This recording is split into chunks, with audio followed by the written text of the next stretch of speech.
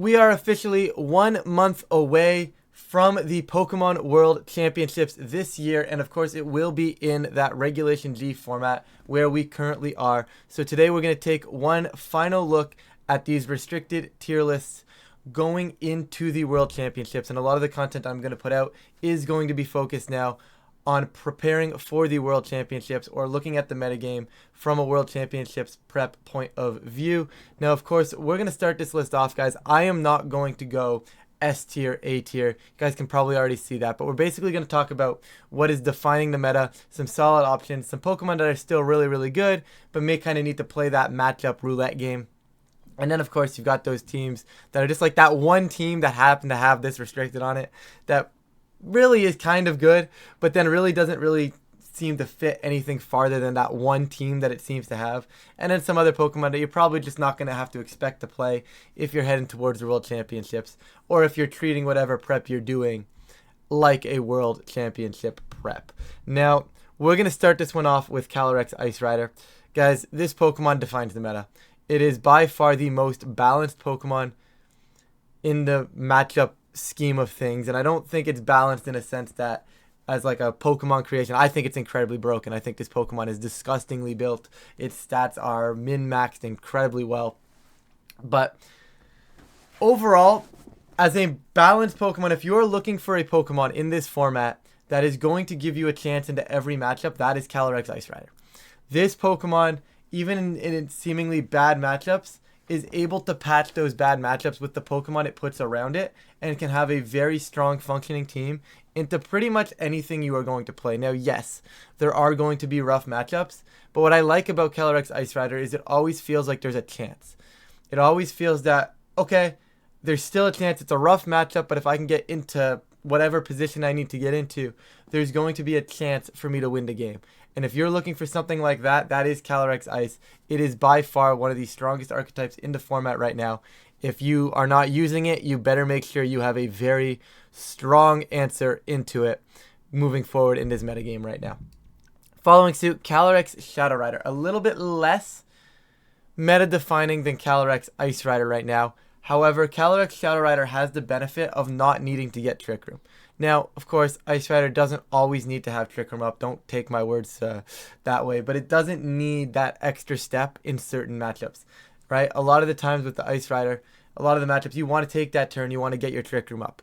That's an extra turn you're wasting. And it's not necessarily a waste because Ice Rider is incredibly broken. But the Shadow Rider doesn't need that, right? It goes so fast. It's basically the fastest Pokemon in the format outside of like things like Regieleki or the booster photosynthesis bonds, right?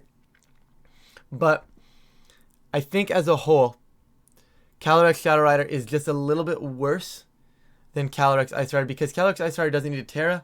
Calyrex Shadow Rider, unfortunately, a little bit more often than not, feels the need to terrestrialize.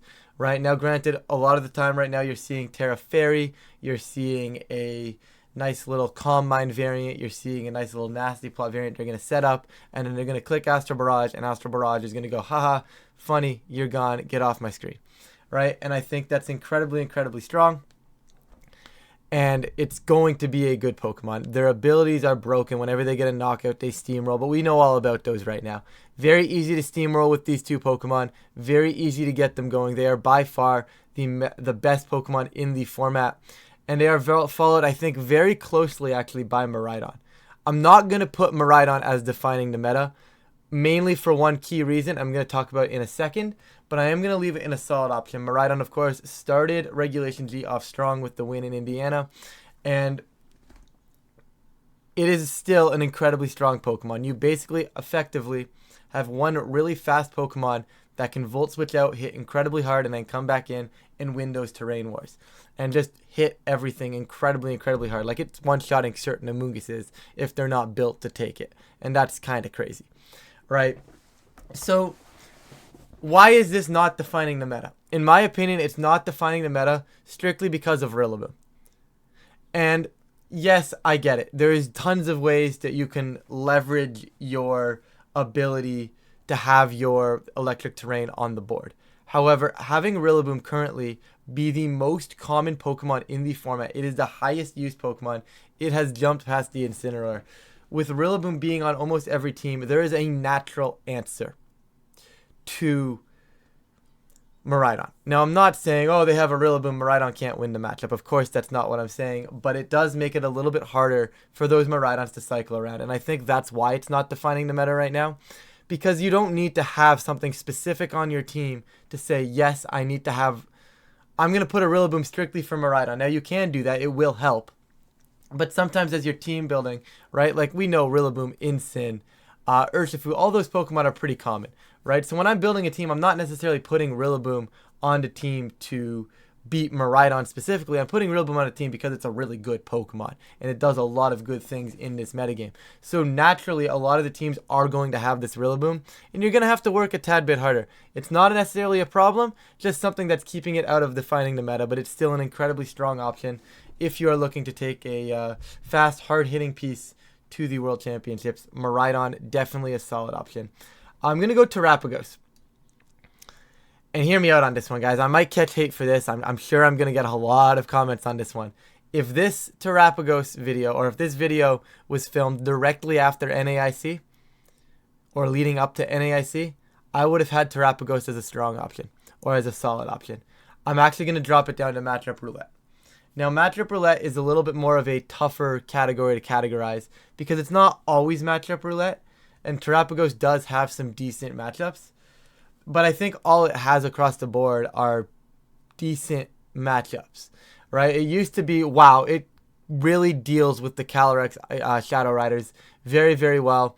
But all of a sudden, the Calyrex Shadow Riders, they've found ways to keep up with the Terapagos. They found ways to deal with the Terapagos. And it's effectively just showcased why these two horses are at the top once again of another restricted metagame. It is, their moves are broken, their spread damage, you're able to set up, and you're able to beat things that are even supposed to counter you. Right now, don't get me wrong. Terapagos is still an incredibly strong piece. Its ability is still absolutely insane. Terra Shell before you Terra, and then once you Terra, you get to remove terrain and weather on a single use. We know all about that at this point, right? It's still a really strong Pokemon. It has really good stats, and it hits spread moves. It is still going to be strong. It is still going to be a Pokemon you need to be ready for. However, I think a lot of the benefits of Terapagos have started to be seen by the other archetypes and are starting to be countered by the other archetypes right now. So Terapagos takes a little bit of a hit. But don't get me wrong, still a really strong option. And speaking of other strong options, it's going to be Koraidon. Now, I know a lot of tier lists are going to put Koraidon higher. Other tier lists are going to put Koraidon lower. I'm going to leave it somewhere in the middle. I still believe in this lizard, and it is very strong, right? Koraidon does very well into other weathers. It's the only other weather really is rain, and it does pretty well into Kyogre if you do play it. The problem is going to be something like the Pelipper and the Calyrex teams. If you start running into Calyrex Ice Rider more often than not with Koraidon, you are not going to have a good time with this Pokemon.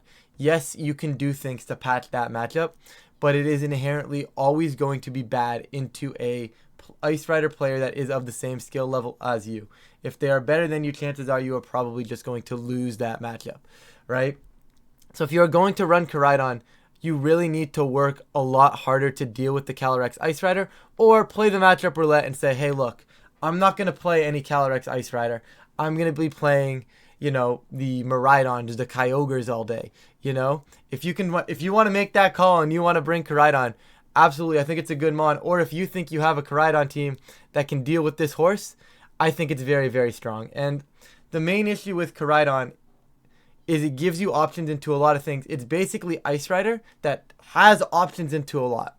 It has options into a lot of the board. It can do a lot of things, but this time it doesn't have that inherent broken part to it. Right, the Ice Rider has that broken part. It gets a kill, it starts steamrolling. You know, you get into Trick Room, and that's a huge matchup advantage into the Tailwind teams, right? Koraidon doesn't have those massive upsides, and I've said this in the past tier list before. It's a really good Pokemon, but there isn't that next level to it, right? It's very consistent, it is very strong, but it falters that it just doesn't have that next upside. It's really based on the player and how well the player can get value out of it. So there's turns where you're trying to position the Flame Charge. It's really strong, but I definitely don't think it's quite a solid option or defines the meta. But I can definitely see if you can patch your matchups and get the right matchups at a big tournament, it can go far and potentially even win. Now, I'm going to get hate for that because people are going to yell at me and go, oh, Koraidon can't win Worlds. Ryan, come on, what are we talking about? Anyways, besides the point. I'm just going to throw some of these junk Pokemon out. I'm also going to get hate for that. Yeah, leave me a comment. Let me know how much you love Mewtwo. Mewtwo, don't expect to play it. Lugia, it's going to be that one team, okay, guys? You're going to play that one Lugia team every now and then, and it's just going to be there, and you're going to be like, yeah, I guess they're allowed to do that. I guess that's something they're allowed to do. And it's going to be that Calm Mind. It's going to be on that slower paced team. Maybe they're going to throw a Comfey beside it with screens and a Comfey. It's going to heal itself up. Back to the multi-scale. It's going to Calm Mind set up. And you know, it's just going to be a little bit of a nuisance. But outside of that one style of team, Lugia is not doing anything, guys. Okay? Same with Ho-Oh. I'm going to leave it in that one team because if I put it any lower, I'm going to get yelled at. There's going to be that one Ho-Oh team you're going to play. Once again, very similar to the Lugia where it's just going to kind of be a little bit more stally. And Ho-Oh matches up really, really well into the non-restricted cores right now. Like you throw a Clear Amulet on this, right? You have the Instant you don't care about, the Rillabooms you break, the fighting types you break. It is generally strong. The problem is it doesn't like the rest of the restricteds. I feel like Ho-Oh will be a lot better in a double restricted, but for right now, just keep an eye out for that one team with the Ho-Oh on it that may happen to do something. But other than that, you're probably not going to see the thing on a consistent basis. I really wouldn't worry about it. But then again, you never know. Maybe someone's going to make a random meta call and Ho-Oh is going to go crazy at Worlds. Kyogre's tough. Kyogre is somewhere between solid option and matchup roulette. I'm going to put it in solid option because the way I look at it and the way I approach Kyogre is Kyogre has a very strong matchup into Calyrex Ice Rider and a pretty neutral matchup into Shadow Rider. If I am able to effectively deal with the two things that define the metagame, that has to be one of the stronger options in the metagame, right? Surely. The problem with Kyogre, I find, is once again, similar to that Miraidon option, there is a lot of the metagame right now that's not necessarily built to beat Kyogre, but it's just naturally there, and then it happens to beat Kyogre because it's there. Rillaboom, Raging Bolt, right? Those two are just key on any common balancey core that you see. Rillaboom and Raging Bolt, you are going to see them, right? Yeah, you can Terra Grass, but then you're forced to Terra Grass your Kyogre in that matchup, and it makes it a little bit more linear. Not saying it's a huge issue for Kyogre, but it definitely is stopping it from like defying the metagame. You also, you know, have to rely on Origin Pulse. And when there's other options for spread moves that are 100% accurate and do more damage, why would I not run those sort of thing, right? So you do have to rely on O-Pulse no matter how much you try to not have to rely on O-Pulse. Take example, the Shiliang Tang team from NAIC, right? They had the Wo-Chen. They tried so hard to get that Pollen Puff off before the Kyogre even got a chance to attack. So if you got chipped down, you'd heal yourself back up and then you'd still get the Water Spout. But it still came down to, at the end of the day, they had to rely on an Origin Pulse.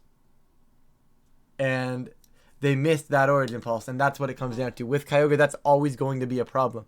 Back in the day, that wasn't an issue because your other main restricted top of the metagame was Groudon, and that Groudon was also missing its moves potentially, you know? So maybe you missed a move versus it, you can always just hope that they miss back, right? Now it's a little bit more overpowered.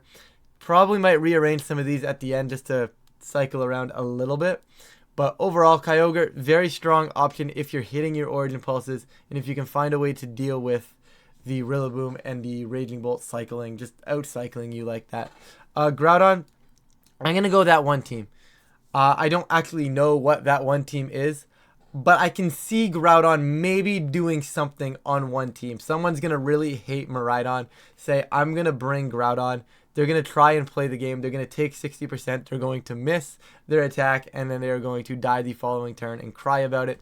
But I don't know. It wants to be good. The problem is if you're using Groudon as your restricted, as a sunsetting restricted, you get more benefit in single restricted out of a Koraidon as your sunsetting restricted. If you are using Groudon as a ground type, you are relying on an 85% accurate move. And that is very saddening right now. It is just not where it needs to be in the meta. It doesn't do enough to justify being able to miss Precipice Blades anymore. It just doesn't. Rayquaza, I'm going to go don't expect to play. Yes, there's those like Shenpao Rayquaza things that are around. Don't expect to play it, guys. Just don't. I don't think it's good. I don't think you're going to see it happening. Both the Dialgas don't expect to play them. Same with the Palkias. Now, granted, they might show up. But I just think naturally, like a lot of what's up here just naturally takes care of them anyways, right? Like, they do well into Kyogre. These creep into the metagame. They have those one teams when Kyogre is super common, right? When Kyogre is ridiculous and Kyogre is everywhere, you know, you see the Dialgas, you see the Palkias as ways to just, you know, sit in front of that Kyogre and then dish damage back to everything else on your team. You're not going to see that this metagame. Kyogre's not common enough unless someone's making an insane meta call. It's just not worth it to justify these guys. Same with the Giratinas. Giratina's never really been relevant. Reshiram, I would put it in that one team, but I don't even know what that one team would be, guys. It's just not good enough right now. Same with Zekrom. If you're running Zekrom, why are you not running Miraidon or Raging Bolt? Just pick another one at that point. Yeah, you can go clear. I mean, like go physical besides Shenpao. Have some fun with it, but I don't think it's a world's winning or a world's contending team by any means. I would not expect to play it. Same with the Curums. You can do some fun stuff with them. Maybe I'm going to put Kyurem up here just in case you do play that one person that's crazy enough to run like the Ninetales Snow with like Choice Specs Blizzard spam or something like that. There technically is that one team. So I can kind of maybe see someone going like, oh, I'm just going to go into World Championships and I'm going to freeze everybody. There is technically that one team. It could happen. Base Kyurem bad.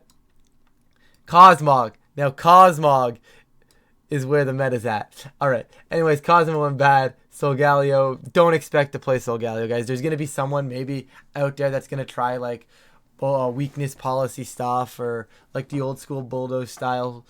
I just don't think it's worth it. Like, okay, yeah, you do well into Calyrex Ice, but you do well into Calyrex Ice. Thanks for coming out. Lunala, there is definitely that one team. I am very tempted to go as high as Matchup Roulette.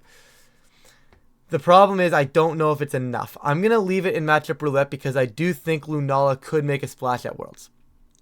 I really do think Lunala could make a splash at Worlds. And so I'm going to leave it in Matchup Roulette. Because nothing is really ready for a Terra Fairy Lunala to poise itself into the metagame. You know, you have your full HP Mon, you get your multi-scale ability, you can go Terra, go Terra Fairy, you just live the hit from Miraidon, maybe get Trick Room up, Moonblast it back, right? You can do a lot of things there, right? You can get Calm Minds up to help deal with the Kyogres. Naturally, you have a very strong matchup into the Koraidon stuff. The Terrapagos matchup I haven't really played, I'm not familiar with that, but it feels okay. Lunala is genuinely fairly strong into Calyrex Ice as well, so I can see it maybe if it gets the right matchups going into the World Championships and you have the team that can maybe patch some things. It does seem like it definitely could make an appearance. I don't hate the Pokemon, but it's definitely playing Matchup Roulette and hoping it works out for you. Duskmane, it's going to be bad, guys. Dawnwings, I'm putting in that one team. We've all seen it at this point, guys. It's the Indeedee, Dawnwings. What else is on it? There's a Torkoal, there's a Ursaluna, right? Like, there's that one team. It's that Psy-Spam team of the format, you know? You're going to play that one person that runs Psy-Spam, and they're going to have a Dawnwings, and you're going to probably cry, because for whatever reason, the Pokemon is not very good. But for whatever reason, on that one team, it seems to cause a bunch of coin flips, and it seems to work out. So, you know what? There's going to be that one team you're going to see. I'd keep an eye on it. I wouldn't really worry too much for it, but just keep an eye on it. Regular Necrozma is bad. Zacian, I'm going to go Matchup Roulette. It's probably just that one team. I'm going to be real. It's probably just Kian's team that's going to be around. But I could see other people trying to run the dog, so keep an eye on it. I don't think it's crazy good. The nerfs hurt it a lot. But if you get the matchups, like I brought Zacian to Indianapolis. Obviously, it was a little bit outdated now. But I felt that Zacian had a good matchup into Miraidon. I felt that Zacian had a good matchup into Cali Ice. And I thought I was pretty neutral into my Kyogre matchup and a pretty strong into Koraidon. Right? I felt pretty good into these. And at the time, feeling strong into those was a pretty good feat, right? Obviously, you're playing a little bit more rough against Calyrex Shadow Rider right now. right? But I don't think it's great. You're still playing matchup roulette. If you hit your matchups, you're great. If you don't hit your matchups, you're probably crying a little bit. Still a pretty good mon though. I still believe in it, but it's probably not going to make much of a splash. You're going to see one random team. Someone's going to try and cook with a Calyrex, with a Zacian base form. They're going to throw like a clear Amulon, and they're going to be like, wow, this thing is amazing. And they're going to just bring it, and, you know, if you play it, you play it. If not, it's very unlikely you're going to see it. It's probably don't expect to play it, but there's also probably going to be that one team, you know? Zamazenta is, if it's not a solid option, it's a top of the matchup roulette. I'm going to put it top of the matchup roulette because it is a strong option, right? It really is a strong option, right? Because you do very, very well into Calyrex Ice Rider, just naturally speaking, right? You naturally do well into that piece, and that's always going to be good. You can go Terra Grass. Now you're naturally good into Miraidon as well, right? So you do well versus a lot of the top stuff, except for this Calyrex Shadow Rider. Except, you know, the Kyogre, I mean, you have Wide Guard, you Terra Grass, you're probably fine into that as well, right? You do a lot. You have a lot of neutral matchups, but there's also a lot of ways to be able to shut you down, you know, whether it's Will-O-Wisp, whether it's just going faster than you, whether it's forcing your Terra, and dictating how you try to play the game. I don't know if it's quite enough for a solid. I'm going to put it up, though, into a solid option spot, but I don't think it's like, wow, this Pokemon's nearly as good as, like, Miraidon. I think it's very similar to Kyogre. You know, there's some natural answers to Zamazenta. If you find ways to deal with them, Zammy's probably going to be pretty good. Base Zammy, get it off my screen. Thank you. I'm going to catch hate for that. I can just feel it. You guys are already in the comments. Why are you yelling at Zamazenta? It did nothing wrong. Anyways, Eternatus. It's going in that one team, guys. There's going to be somebody that's like, oh, Eternatus is cool. Now, it could end up being a stall team. It could be what I ended up having fun with earlier on in the format where it was like choice specs beside Tinkaton with like Sludge Wave, Terra, Poison. Because Poison offense is very, very strong right now. There is not a lot that is stopping Poison offense from going onto the board. So I think there's that one team out there that may be built with an Eternatus that could maybe cook something. So keep an eye out for that. Or, you know, maybe try to build that one team. If you really want to take a gamble on it, you can go ahead and do so. But I think as a whole, if it's not going anywhere farther than like one team that may find like some niche use for it that happens to be built well and then maybe get some matchups out of it.